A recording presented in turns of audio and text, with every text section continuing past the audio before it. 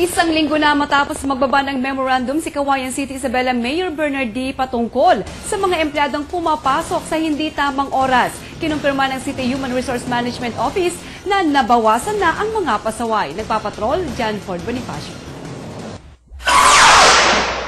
Kapwa nakatalaga sa information desk sa City Hall ng Cauayan, sina Precious at Pamela, batid nila ang importansya ng kanilang trabaho. Kaya simula ngayon ay iniiwasan nilang mahuli sa takdang oras ng pagpasok. Mahirap na po mamaya bigla na lang tanggal ka na, wala ka ng trabaho. Ganun po. Siyempre, trabaho to. Kailangan alagaan. Pero pasado alas 8 ng umaga, ilang empleyado ang inabutan ng news team na naglalagin pa lang. Ayon naman kay City Human Resource Management Officer Libnus Utleg, kakaunti na lang ang nahuhuli kumpara noong wala pang lumalabas na memorandum si Mayor Bernard D.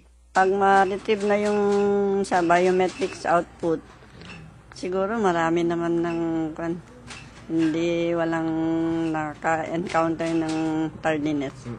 Maghihigpit na rin umano si City Treasurer Carlito Andres sa pag-issue ng pass slip sa kanyang mga empleyado. Ang pass slip ay isang form na pinapapirma sa mga department heads bago payagang lumabas ang mga ito. Siyempre, kung mga 15 minutes lang, pass-slip at saka pinaglalabog ko sila.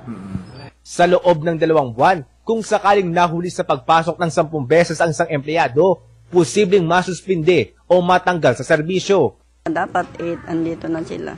Walang leeway na after 15 minutes pa bago Makikita sa harapan ng City Hall ang napakalaking orasan. Ito'y pagbibigay halaga umano ng lokal na pamahalaan sa punctuality o hustong oras na dapat sana'y isabuhay ng bawat empleyado. John Ford Bonifacio, ABS-CBN News.